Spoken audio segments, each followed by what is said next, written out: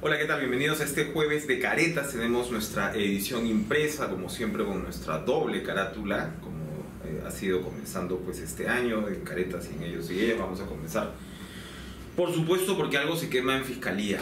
Este personaje, Jaime Villanueva, ha entregado información que ha remecido los titulares esta semana y que por supuesto tiene que ser corroborada en toda su extensión. Villanueva, pues el ex asesor de Patricia Benavides, pero como recordamos aquí también, ex asesor de Pablo Sánchez y de varios más. Pablo Sánchez despidió a Villanueva.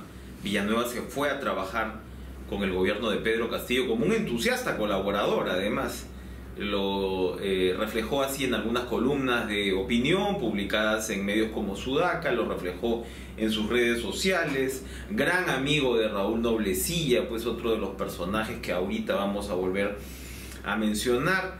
Y claro, Patricia Benavides, que es la que de alguna manera implementa la posibilidad de denunciar constitucionalmente a Castillo, que ya sabemos que había toda una controversia precisamente ahí sobre la imposibilidad, ¿no?, de llevar a cabo adelante esto, y la que vemos además como las propias declaraciones arma todo un tinglado de relaciones políticas para sostenerse en esa tarea de la denuncia constitucional de Castillo. Sorprende pues que de ahí lleve a un entusiasta de ese gobierno desastroso, caótico, a ser su principal asesor, su representante. Eso es un punto que primero llama la atención del propio Villanueva. Pero lo que nosotros hacemos en la edición de esta semana es vincular estas declaraciones con algo que para Caretas no es nuevo. Hace años, en realidad, advertimos de lo que consideramos una serie de excesos y gravísimas equivocaciones en el caso Lava Jato, que han terminado, digamos, por quemar, a falta de otro término, a dos fiscales todopoderosos como eran Rafael Vela y José Domingo Pérez. ¿A qué vamos con esto? Que mucho de lo que declara Villanueva confirma, no solo estas intuiciones, sino estas evidencias que se veían ya desde hace un tiempo. El caso de Lava Jato tuvo como intereses u objetivos principales dos, puntualmente. Uno era Alan García y el otro era Keiko Fujimori. En el camino, por supuesto, bueno, se han cometido abusos como los que ha ocurrido con Pedro Pablo Kuczynski. Ollanta enfrenta un juicio y para mucha gente eso estará muy bien y eso es hacer justicia. Pero el problema es que cuando la justicia se pervierte y se politiza a la larga, por más que mucha gente lo que quiera sea precisamente ver a todos los políticos tras las rejas, evidentemente se complica, evidentemente se pervierte, evidentemente eso termina siendo no una justicia, sino termina siendo política. Y esto es lo que a nuestro humilde entender han realizado estos fiscales, y otra vez lo dijimos desde hace 3, 4 años, al tener como objetivos primordiales a estos dos. Como sabemos, el gobierno estadounidense, el Departamento de Justicia, firmó con Odebrecht digamos, el acuerdo que contenía el caso, la confesión del caso de Alejandro Toledo. Ese caso y el de Susana Villarán son los que claramente implican actos de corrupción, sobre todo de personas en ejercicio del poder, ¿verdad? Y ya sabemos que en el tema de campañas es muy complicado, porque la campaña o la plata, la entrega de plata por lo bajo, vamos a decirlo así, o no declarada en campaña, era antes del 2019 una falta administrativa. Y así ha sido siempre.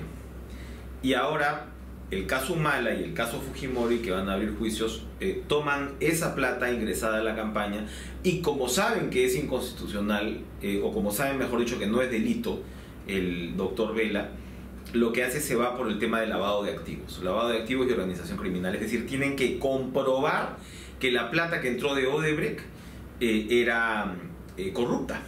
Y claro, Odebrecht en ese momento era una constructora bastante poderosa y bastante extendida. ¿Cómo van a comprobar eso? Bueno, por el caso de Keiko, la Fiscalía ha convocado a 1031 testigos, si no me equivoco, y son otros tantos más, casi 1500 testigos que van a desfilar por un juicio. Estamos hablando ya ahora mismo, 13 años después de los hechos. El caso Alan García, que además se aborda ahí porque se señala, o Villanueva dice cómo Vela decía que le había dado a la prensa la información para acercar, entre comillas, a García. Y claro, IDL Reporteros publicó en ese entonces, cuando García viene a declarar de España, la información sobre la conferencia que García le pagó Odebrecht, siendo ya después de ser presidente.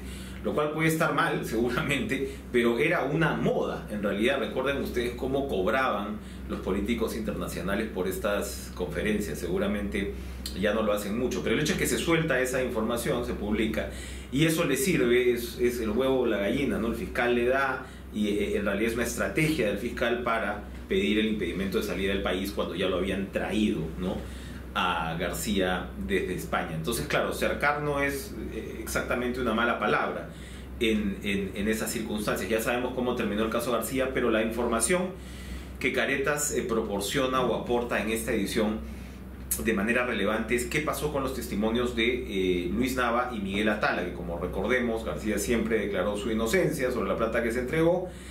Barata siempre ha dicho que García nunca le pidió nada. Y claro, luego de muerto, Luis Nava pues es el que dice que la plata era para García. Y según Barata, Nava lo ajusta en marzo del 2007 en su casa de playa y le dice: oye, Toledo, tú le pagaste a Toledo, sabemos que tú le pagaste a Toledo, nos tienes que pagar 4 millones de dólares. Y le da una parte de la plata en efectivo y la otra parte ya en la segunda parte, porque claro, Nava pedía celeridad, es con Miguel Atala, que era muy cercano a Nava y que fue directivo de Petroperú. Cercano, Ricardo Pinedo, ex secretario de García, nos lo cuenta, ¿no? Cercano que estaba todo el día en la oficina de Nava y a él le abren una cuenta offshore, y cuando se descubre esa plata, esos 1.300.000 dólares, Nava dice que había sido una venta de un terreno que él tenía en el Agustino en el año 2007 para la construcción de la línea 1 del metro.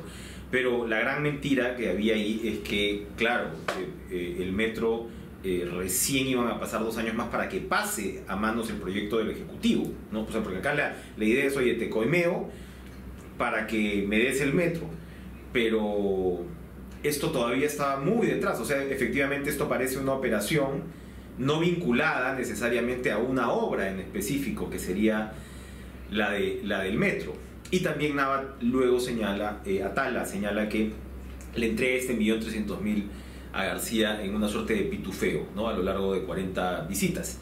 Ricardo Pinedo señala que en muchas de estas visitas fechadas, según Atala, García incluso estaba en España, no se encontraba acá, lo cual, bueno, es cierto, porque García pasó buena parte ya de sus últimos años en Madrid. Entonces, poco ha pasado con estos dos testimonios desde entonces. No se ha realizado un arqueo, no se ha realizado un peritaje. Por supuesto, para el caso de García, muerto el personaje, toda acción penal se extingue, pero la investigación continúa porque hay que definir efectivamente cuál fue el destino de esos dineros. Y no ha pasado nada después de todos estos años. Entonces, esa es la quemada de la Fiscalía, que por supuesto tiene mucho más aristas, ¿no?, a propósito de las declaraciones de Villanueva, que, como repetimos, tienen que corroborarse. Es evidente, pero es evidente que este señor estuvo muy cerca en muchas canchas y ahora está contando lo que pasó en todos los camerinos. Hubo cambio de gabinete, un cambio de gabinete parcial, si se quiere, pero tenemos información bien interesante, porque claro, todo el mundo se pregunta por qué no renunció, no se cambió al ministro del Interior. Efectivamente, todo indica que Alberto Tarola, que está jugando mucho en pared con el sector privado, hay que ver lo que está pasando ahí, ¿no? Nosotros tuvimos una carátula pasada que estaban personajes como Roque Benavides, como Carlos Neuhaus. Otárola está coordinando con el poder fáctico como una forma de supervivencia, y digamos que no es una mala idea si el objetivo tuyo es precisamente lograr eso.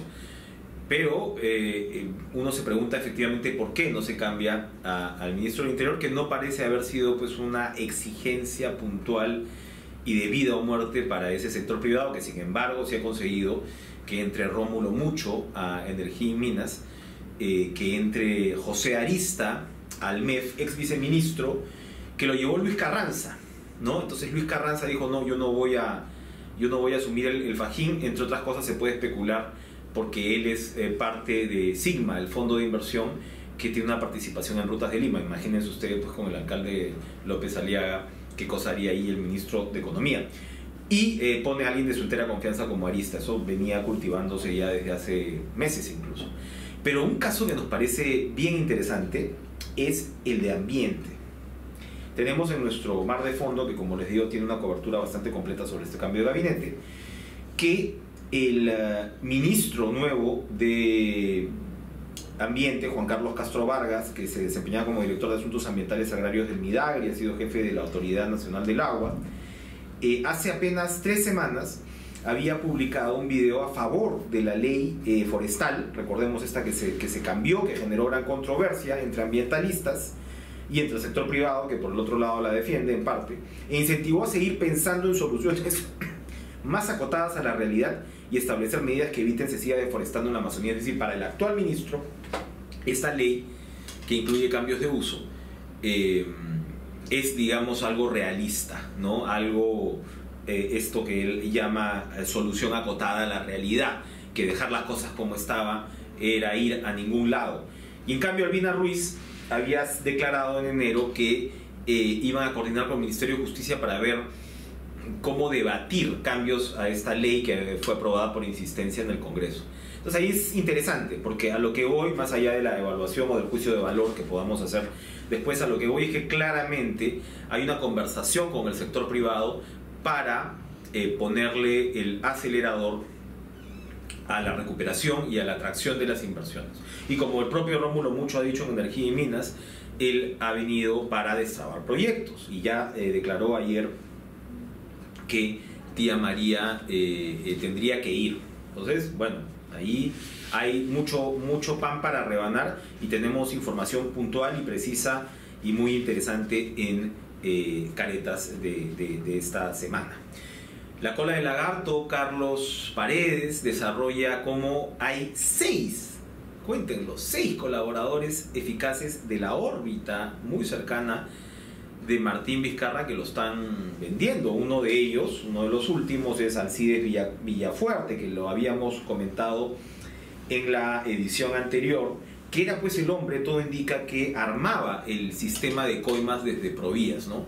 Veía cuáles eran los postores, sobre todo los que habían ofrecido más, e iba rápidamente a ajustarlos antes que se les dé la buena pro para que paguen ese 3.5% que supuestamente habrían entregado estas obras y que según los colaboradores eficaces habrían terminado en buena medida en las arcas de Vizcarra. Carlos desarrolla una investigación bastante completa. Tenemos una entrevista interesante con Farid Cajat sobre la derecha radical y tenemos información bien de callejón sobre lo que llamamos la oferta de Ucrania, ¿no? País invadido por Rusia le ofreció al Perú figura similar a la transferencia de armas que puso en problemas Ecuador. Recordemos que Rusia ha tenido digamos unas retaliaciones comerciales bien importantes con Ecuador por acceder a este pedido de Estados Unidos, y les contamos cómo se intentó hacer lo mismo con el Perú. Esto tenemos mucho más, como siempre, en nuestra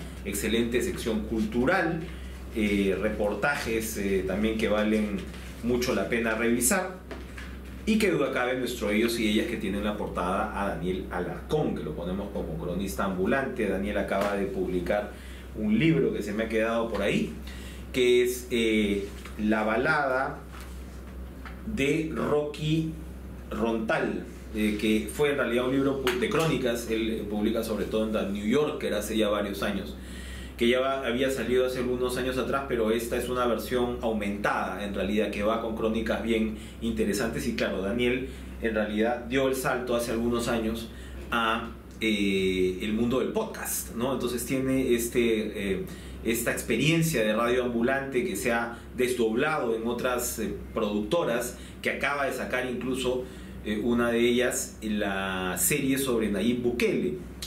Radio ambulante, ¿no? Y sus anexos tiene 55 millones de descargas hasta el momento. Comenzaron en el año 2011 y claro, este éxito refleja el apetito, ¿no? Por seguir contando historias y el apetito de la audiencia por seguir escuchándolas, ¿no? En este caso, escuchándolas. Y entonces es interesante. Daniel no solamente se fue a los 3 años al a Estados Unidos con su familia. Y por supuesto la experiencia del migrante, muy conectado a la vez con el Perú, como van a ver con la entrevista, forja digamos una mirada muy particular, muy especial, que creo que comparte con ellos y ellas en esta ocasión. Los mejores diseños, las mejores joyas, los mejores sociales, los mejores restaurantes, en una edición que yo estoy seguro que les va a abrir el apetito intelectual y el apetito como tal en este calor que todavía nos está consumiendo. Así que gracias por escucharme en este jueves de Caretas. Por favor, lean la edición impresa y nos vemos en este espacio en 2 semanas más. Chao.